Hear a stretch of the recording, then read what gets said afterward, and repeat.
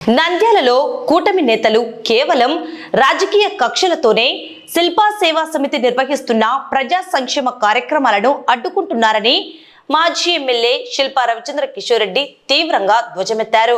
శిల్పా సేవా సమితి కార్యాలయంలో శిల్పా మహిళా సహకార్ బ్యాంక్ ఆధ్వర్యంలో నిర్వహించిన కార్యక్రమంలో 122 మంది మహిళా లబ్ధిదారులకు 22,10,000 రూపాయల విలువైన రుణాల చెక్కులను ఆయన పంపిణీ చేశారు. ఈ సందర్భంగా శిల్పా రవిచంద్ర కిషోర్ రెడ్డి మాట్లాడుతూ టెక్కే వ్యవసాయ మార్కెట్ యార్డు షాపింగ్ కాంప్లెక్స్ శిథిలావస్థలో ఉన్న షాపులను ప్రభుత్వ నిబంధనల ప్రకారమే తీసుకుని 1 కోటి రూపాయల సొంత నిధులతో మరమ్మతులు చేపట్టి ఆ ప్రాంతాన్ని అభివృద్ధి చేశామని తెలిపారు. అక్కడ నిర్వహిస్తున్న శిల్పా సహకార సూపర్ మార్కెట్, శిల్పా మహిళా బ్యాంక్, నందిరేతు సహకార్ సేవా కార్యక్రమాలను దురుద్దేశంతోనే అడ్డుకొని షాపులను ఖాళీ చేయించారని ఆగ్రహం వ్యక్తం చేశారు. దశాబ్దాలుగా నంద్యాల పేద ప్రజలకు నిస్వార్థంగా సేవలు అందిస్తున్న శిల్పా కుటుంబంపై కక్ష సాధింపు చర్యలకు దిగడం వల్ల అంతిమంగా పేద ప్రజలకే నష్టం జరుగుతోందన్నారు. శిల్పా సహకార సూపర్ మార్కెట్లో పనిచేస్తున్న 40 మంది ఉద్యోగులను రోడ్డున పడేసి ఇప్పుడు వారికి ఉద్యోగాలు ఇస్తామనడం హాస్యాస్పదంగా ఉందన్నారు. మాజీ మంత్రి శిల్పమోహన్ రెడ్డి సొంత నిధులతో నిర్మించిన డాక్టర్ వైఎస్ఆర్ కళ్యాణ మండపాన్ని ప్రభుత్వం స్వాధీనం చేసుకోవడం వల్ల పేదలకు తీవ్ర భారం పడిందన్నారు. శిల్పా సేవా సమితి నిర్వహణలో 5,000 మాత్రమే బాడుగ ఉండేదని నేడు ప్రభుత్వం స్వాధీనం చేసుకున్న తర్వాత 1,50,000 చెల్లించాల్సి వస్తోందని, ఈ వ్యత్యాసాన్ని ప్రజలు గమనించాలని కోరారు. నూనెపల్లె వ్యవసాయ మార్కెట్ యార్డుకు చెందిన అత్యంత విలువైన 2 ఎకరాల స్థలాన్ని నెలకు కేవలం 83 రూపాయలకు లీజు చొప్పున 33 సంవత్సరాలకు జిల్లా పార్టీ కార్యాలయానికి అప్పనంగా కేటాయించడాన్ని ఆయన తీవ్రంగా తప్పుబట్టారు. స్వప్రయోజనాలు, పార్టీ అవసరాల కోసం రైతుల స్థలాన్ని కేటాయించడం సరైనది కాదన్నారు. ఖాళీ చేయించిన శిల్పా మహిళా సహకార్ బ్యాంకును త్వరలోనే పద్మావతి నగర్ లో నూతనంగా ప్రారంభించనున్నట్లు మాజీ ఎమ్మెల్యే వెల్లడించారు. చేతనైతే మంచి సేవా కార్యక్రమాలు చేయాలని, చేసేవారిని అడ్డుకోవద్దని హితవు పలికారు. ఈ కార్యక్రమంలో శిల్పా మహిళా సహకార బ్యాంక్ మేనేజర్ హరిలీల, మహిళా ఖాతాదారులు మరియు శిల్పా సేవా సమితి సిబ్బంది పాల్గొన్నారు. ముందుగా ఈరోజు 122 మందికి దగ్గరగా 22,10,000 రూపాయలు ఈరోజు డిస్బర్స్మెంట్ జరగబోతుంది. నిజంగా చాలా సంతోషకరం. ఒక సొంత కుటుంబ సంస్థ లాగా ఈ యొక్క సంస్థని మీరు ఆధారిస్తూ దగ్గరగా ఈరోజు మొదటిసారి తీసుకున్న వాళ్ళు కొత్తగా 6 మంది నూతనంగా మళ్ళీ అకౌంట్ ఓపెన్ చేసుకొని ఈరోజు అకౌంట్ మనీ తీసుకుంటూ ఉన్నారు. అలాగే 12వ సారి తీసుకున్న వాళ్ళు కూడా ఉన్నారు. అంటే దగ్గర 25,000 రూపాయలు 12వ సారి అంటే ఇప్పటి వరకు కరెక్ట్ కడుతూ దాదాపు అంటే వీళ్ళకి ఒక 10 సంవత్సరాలు పైగానే ఈ యొక్క బ్యాంక్ తోటి అనుబంధం కొనసాగిస్తూ ముందుకెళ్తుంది. ఒకసారి మొదటిసారి రావడం అనేది సర్వసాధారణం. ఎక్కడైనా సరే ఎవరైనా కొత్తగా బ్యాంక్ పెట్టినారు, మహిళా బ్యాంక్ అంట, ఇట్లా వడ్డీకి అతి తక్కువ వడ్డీకి రుణాలు ఇస్తున్నారంటే మొదటిసారి రావచ్చు. కానీ పదే అదే బ్యాంకుకి వెళ్ళి తీసుకుంటున్నారంటే ఖచ్చితంగా ఎక్కడో కొంత ఆ బ్యాంకు వాళ్ళు కూడా కరెక్ట్ గా చేస్తున్నారు అనేది మనకు అర్థమవుతుంది. ఎందుకంటే సాధారణంగా ఎవరైనా సరే మిమ్మల్ని ఇబ్బంది పెడితే రెండోసారి అక్కడికి వెళ్ళాలంటే ఎవరు కూడా పోవు, అంతే కదమ్మా. మన ఆత్మాభిమానం ముందు డబ్బు ముఖ్యం కాదు. డబ్బు అడిగితే ఇచ్చేవాళ్ళు ఆడాడ కనపడొచ్చేమో కానీ ప్రేమతోటి ఆత్మాభిమానాన్ని చంపుకొని అయితే ఎవరు డబ్బు కోసం అయితే ముందుకు. అట్లా సొంత కుటుంబ సంస్థ లాగా ఈరోజు నమ్మి ఇక్కడికి మీరు తీసుకోవడమే కాకుండా మీ స్నేహితులు ఎవరైనా కానీ సరే, అక్క నాకు కొంచెం కష్టంగా ఉంది, పిల్లల స్కూల్ ఫీజు కట్టాలనో, లేకపోతే నేను ఇంట్లో ఖాళీగా ఉండి కూర్చుంటే దానికంటే ఏదైనా నేర్చుకోవాలనుకుంటున్నాను, నేనేమైనా కుట్టు మిషన్ పెట్టాలనుకుంటున్నాను, లేకపోతే ఒక తోపుడు బండి మీద వ్యాపారం చేయాలనుకుంటున్నాను, లేకపోతే ఇంటి దగ్గరనే టిఫిన్ సెంటర్ పెట్టాలనుకుంటున్నాను, కానీ నా చేతుల్లో డబ్బు లేదు అంటే అట్లాంటి వాళ్ళని ఈ బ్యాంకుకి పరిచయం చేసిన వాళ్ళు కూడా చాలా మంది అక్క చెల్లెలు. మొదటి నుంచి కూడా నాన్నగారి ఈ సంస్థను పెట్టినప్పుడు కూడా మహిళలకి అధిక ప్రాధాన్యత ఎందుకు ఇస్తామంటే మా కుటుంబం ఈ రోజు ఈ స్థాయికి ఉందంటే ఖచ్చితంగా మా నాన్నమ్మ ఒక చలువే. ఎందుకంటే ఆ రోజు ఆమె కష్టం, పిల్లలు సరిగ్గా తిన్నారా లేదా, పెద్దగా అయిన తర్వాత మా నాన్న వాళ్ళు ఏం పెద్ద డబ్బున్న కుటుంబంలో పుట్టలేదు. సో వ్యాపారం చేయాలనుకుంటే అమ్మ కాబట్టి, తల్లి కాబట్టి కష్టాలు తన బంగారం కంటే పిల్లల భవిష్యత్తే ముఖ్యం అనుకొని బంగారం కొదవ పెట్టి ఆ రోజు మా నాన్నగారికి 4 రూపాయలు ఇచ్చింది కాబట్టి ఈ రోజు శిల్పమోహన్ రెడ్డి గారు ఇంతమంది అక్క చెల్లెమ్మలకి ఈ రోజు సర్వీస్ చేయగలుగుతాం. ఈరోజు మీరైనా అంతే. రేపొద్దున మీ బిడ్డ అమ్మ నా వ్యాపారం చేసుకోవాలనుకుంటున్నాను, లేకపోతే సొంతంగా నా కాళ్ళ మీద నిలబడాలనుకుంటున్నాను అని చెప్పి అడిగితే ఒక నిమిషం ఆలోచిస్తారమ్మా ఎవరైనా?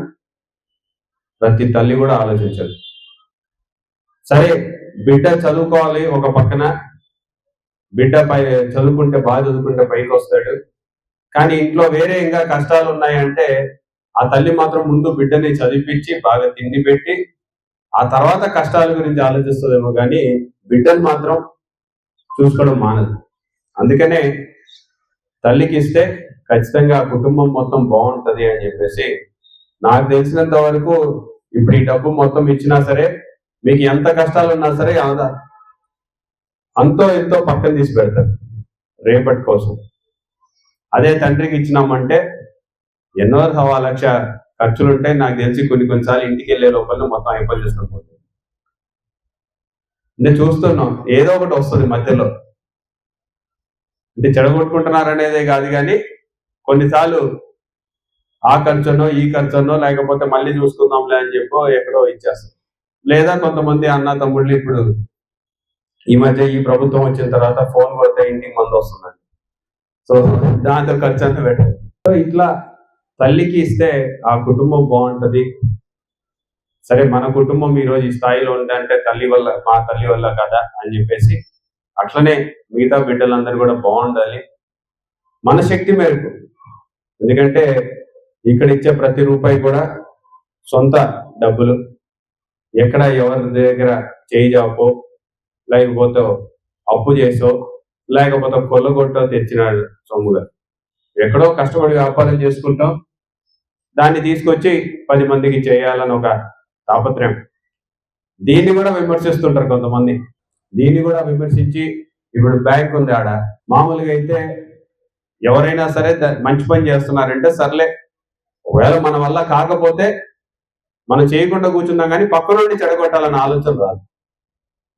ఈ ప్రభుత్వంలో పెద్దలకి ఇప్పుడున్న నాయకులకి ఏంటంటే మనం చేయకపోతే పక్క నుండి కూడా చెడగొట్టాలి, ఆడ ఉండనీకూడదు వీళ్ళు అని చెప్పేసి ఈరోజు అక్కడ నుంచి ఖాళీ చేపిస్తుంది. నేను గతంలో కూడా చెప్పిన ఖాళీ చేయించాలని ప్రయత్నాలు జరుగుతున్నాయి. ఇప్పుడు ఖాళీ చేయించాలని చెప్పేసి వాళ్ళు అనుకుంటున్నారు. అంటే దీనివల్ల వచ్చిన లబ్ధి కానీ లేకపోతే లాభం కానీ ఎవరికైనా ఉందా అని అడుగుతాను. ఇప్పుడు అక్కడ నుంచి ఖాళీ చేయించినంత మాత్రాన వాళ్ళకు వచ్చిన లాభం ఏందో నాకు ఇప్పటికి కూడా అర్థం కాదు. గతంలో చెప్పినాను, ఇప్పుడు చెప్తున్నాను, రేపు కూడా చెప్తా. చేతనైతే మాలాగా మీరు కూడా ఒక సంస్థను పెట్టేసి మా అక్క చెల్లెమ్మలకి సహాయం చేయమని చెప్పేసి వాళ్ళు ఇప్పుడు కూడా కోరుతారు. చేత కాకపోతే చేసేవాడినైనా సరే చేయనిచ్చేలాగా, దాన్ని అడ్డుపడకుండా ఇబ్బంది పెట్టకుండా ఉండమని చెప్పి కోరు. అట్లా కాదు నేను చెయ్యను ఇంకొకటి చేయని అన్న చందాగా ఇప్పుడున్న ఈ ప్రభుత్వ పెద్దలు చేస్తా ఉన్నారు. ఆ బ్యాంకుని మేమంటా తక్కువ ధరకి తీసుకున్నామని చెప్పేసి చెప్తారు. మీరందరూ నాకు తెలిసి 12వ అంటే ఆ పాత రోజుల్లో చూసింటారు. ఆ సహకార చుట్టుపక్కల ప్రాంతం ఎవరైనా ఉన్నారమ్మా అక్కడ ఆ ప్రాంతం నుంచి వచ్చిన వాళ్ళు? సో ఆ పాత రోజులు గుర్తు తెచ్చుకుంటే అక్కడ బరుగొడ్లు, పందులు, కుక్కలు తిరిగేవి. మహిళలు అటు ఆ చుట్టుపక్కల ప్రాంతానికి ఒక్కరు పోవాలంటే పోయే పరిస్థితి కూడా లేదు. కానీ ఈ రోజు మన బ్యాంక్ ఉంది, మన సూపర్ మార్కెట్ ఉంది. ఆ అవసరమైతే ఒంటరిగా ఒక మహిళ వెళ్ళేది అక్కడ వ్యాపారం చేసుకొని కూడా ఈ రోజు వస్తూ ఉన్నారు. అంత క్షేమంగా ఉంటుందని ఒక నమ్మకం. ఈరోజు మహిళా బ్యాంకులు ఉన్నారు, ఇంతమంది అందరు మహిళలే. ఎందుకు వస్తున్నారంటే ఆ ప్రాంతం ఇప్పుడు సురక్షితంగా కనపడుతుంది కాబట్టి వస్తాం.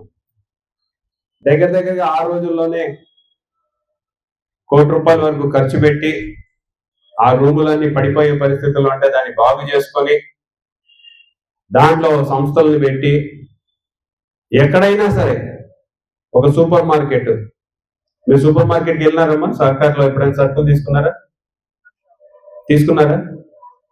10%.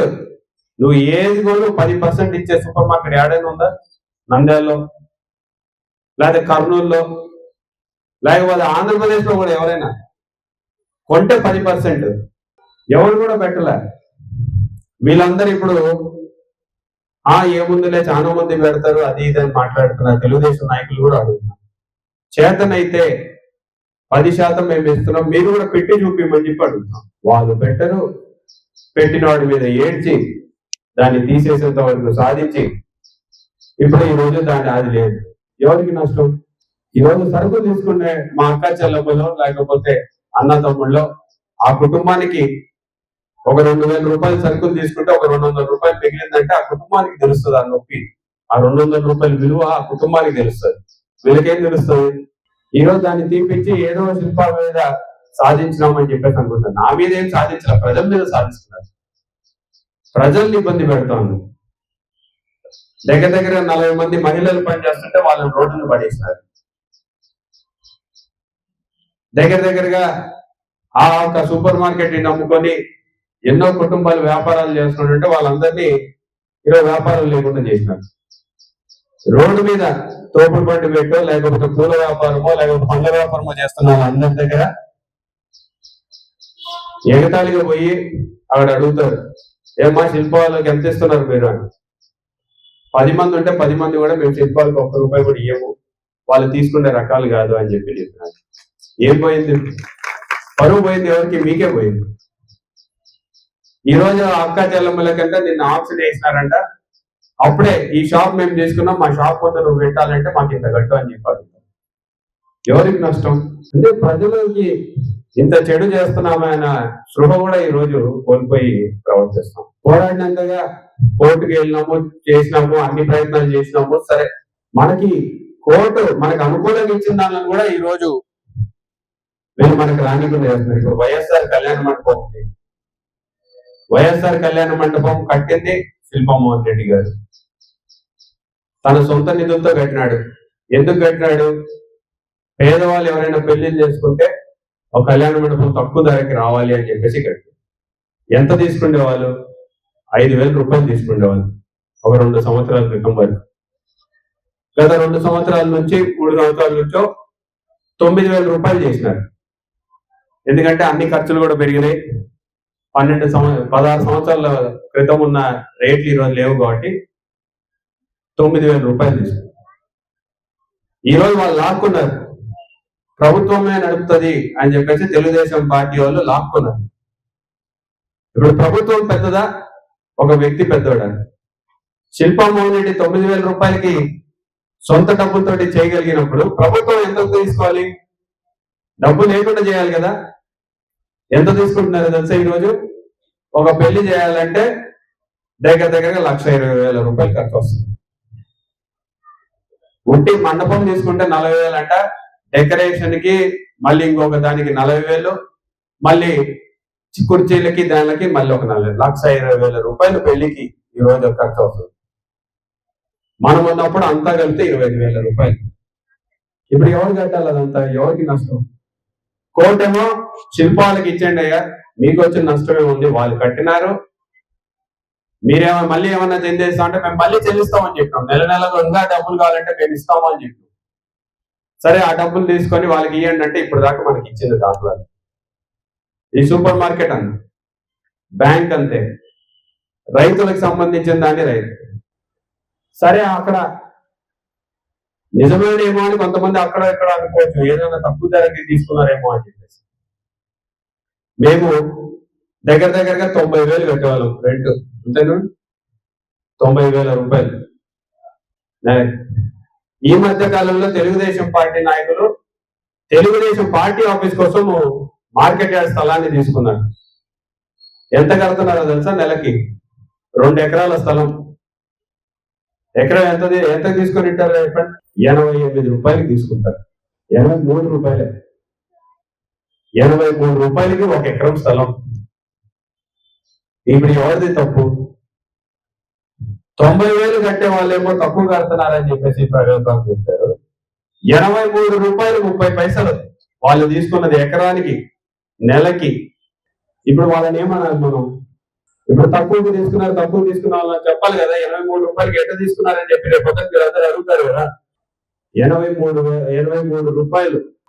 లేదంటే ఇంకా ఎక్కువ చెప్తున్నాను, నేను 89 రూపాయలు అని చెప్పి అందాజుగా చెప్పాను. అందుకని అందాజుగా ఎందుకు లెక్కేసి చెప్తాం అని చెప్పి వీళ్ళు మళ్ళీ సత్యహరిశ్చంద్రుడు మాదిరి మాట్లాడతారు. అంటే వాళ్ళు తీసుకున్నారనే కాదు, ప్రజలకు ఉపయోగపడే కార్యక్రమం. 83 రూపాయలు తీసుకో, ప్రజలకు ఇట్లాంటి బ్యాంకు, ఇట్లాంటి సూపర్ మార్కెట్, లేకపోతే రైతులకు మేలు చేసే కార్యక్రమం ఏదైనా చెయ్యి.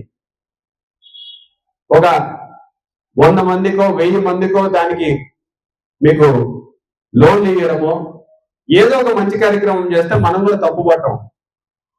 ఒకరికి ₹1 కాదు కదా, ₹1 ఉపయోగం లేనటువంటి పార్టీ కార్యాలయానికి 83 రూపాయలు తీసుకుంటారు. మంచి కార్యక్రమాలు, ప్రజలకు ఉపయోగపడే కార్యక్రమాలు తీసుకున్నటువంటి సంస్థల్ని అక్కడి నుంచి గెంటేస్తారు. ఇది ఈ రోజు ఈ ప్రభుత్వంలో చేస్తున్నటువంటి పరిస్థితి. పేరుకి ఆప్షన్ వేసినామని చెప్తా ఉన్నారు, ఆప్షన్ వేసినామని చెప్పి. ఆ ప్రాంతం నుంచి ఎవరు లేరు కాబట్టి, లేదా మీరు తర్వాత అయినా కనుక్కోవచ్చు. మేము ఎక్కడ వచ్చి పాడుతామో, మేము ఎక్కడ వచ్చి మళ్ళీ షాపుల కోసం రెంట్లకు పాడుతామో అని చెప్పి ఒక 100 మందిని వాళ్ళ మనుషుల్ని కూర్చోబెట్టి నోటికి వచ్చిన లెక్కలన్నీ పాటించినారు.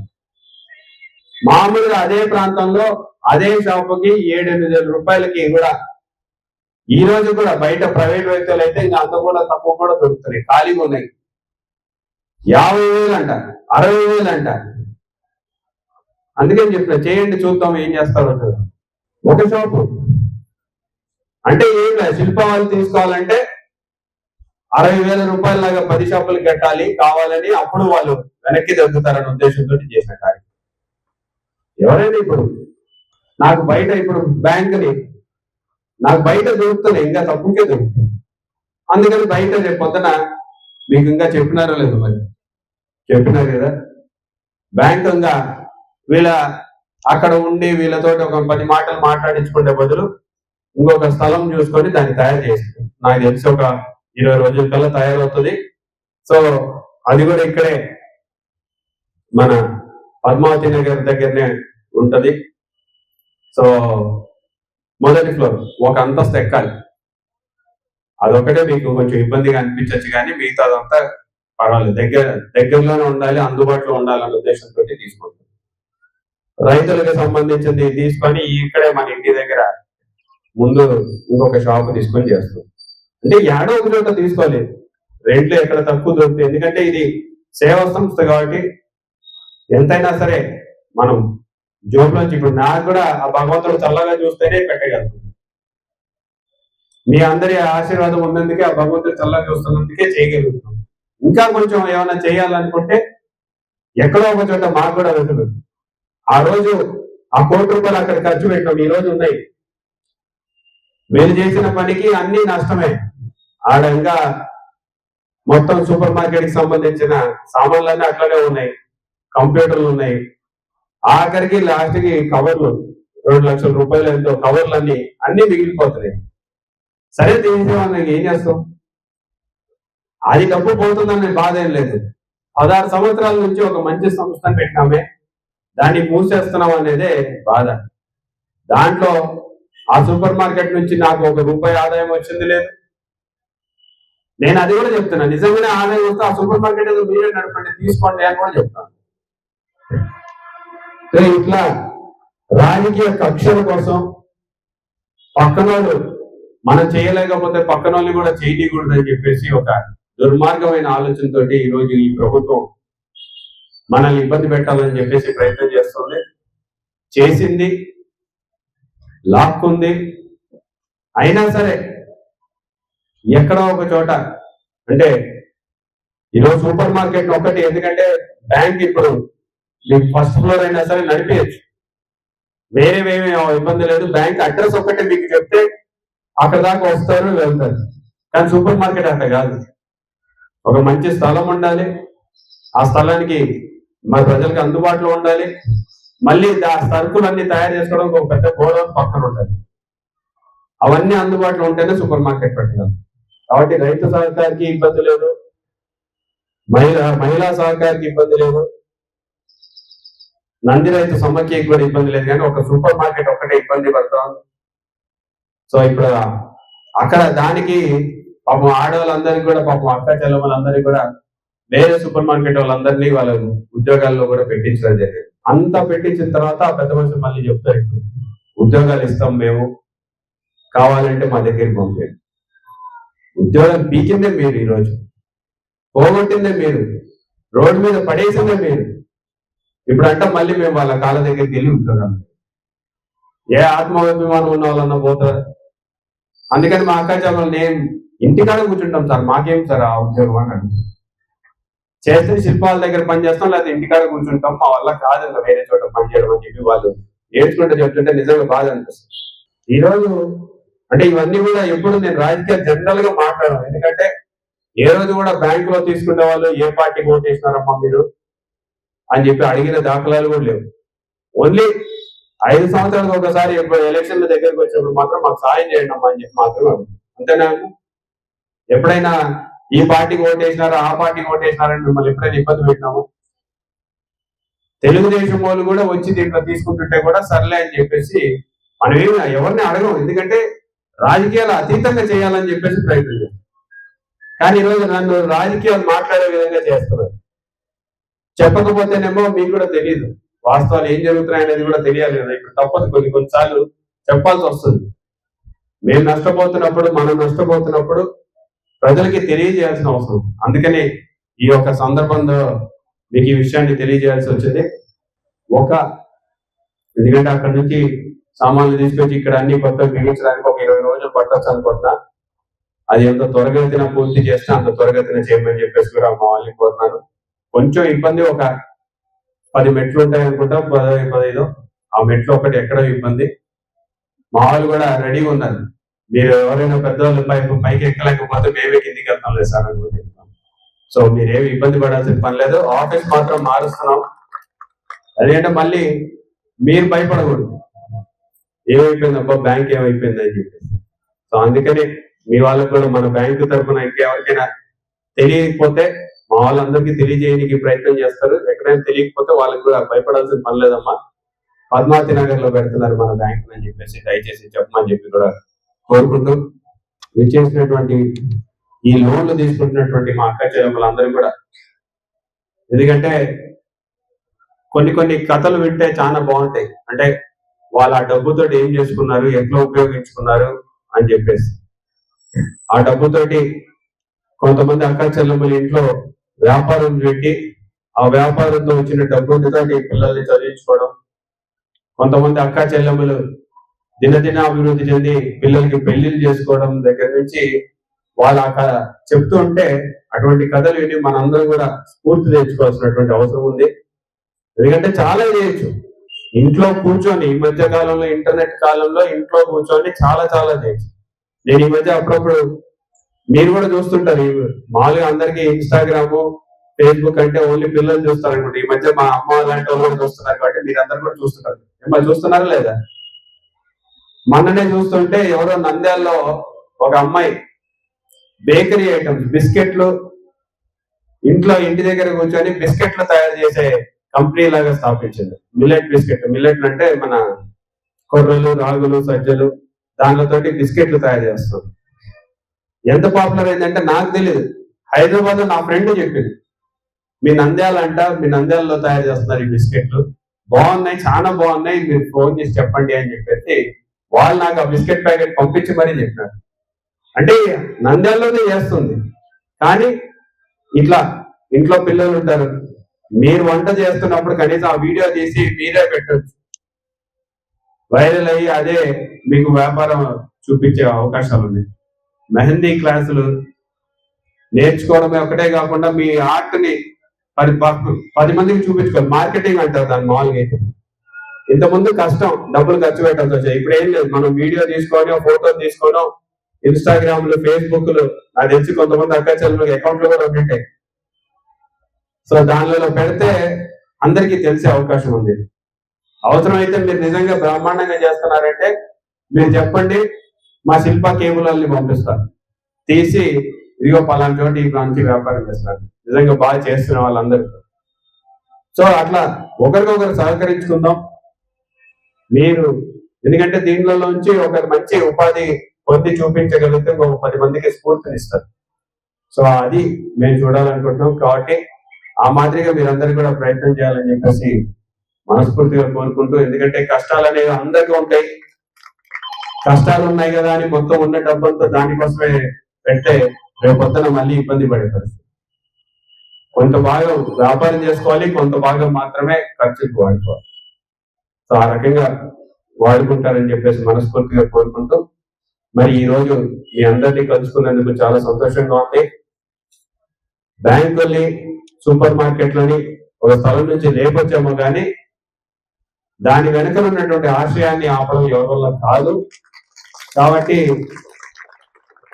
మీ మంచి మనసుతోటి మమ్మల్ని ఆశీర్వదించేంత వరకు ఖచ్చితంగా ఇలాంటి మంచి కార్యక్రమాలు కొనసాగుతూనే ఉంటాయని చెప్పేసి తెలియజేసుకుంటూ, ఎందుకంటే ఎప్పటికీ మర్చిపోం, ఈ రోజు శిల్పా కుటుంబం ఈ స్థానంలో ఉంది అంటే నంద్యాలలో ఉన్నటువంటి మా అక్క చెల్లమ్మల ఒక ఆశీర్వాదం అని చెప్పేసి బలంగా నమ్ముతాం. కాబట్టి మీకోసం ఎప్పుడు ఏదో ఒక కార్యక్రమం ద్వారా మీ ముందుకు వస్తూనే ఉంటామని చెప్పేసి కూడా తెలియజేసుకుంటూ, నాకు ఇంకా అవకాశం ఇచ్చినందుకు మీ అందరికీ పేరు పేరున కృతజ్ఞతలు తెలియజేసుకుంటూ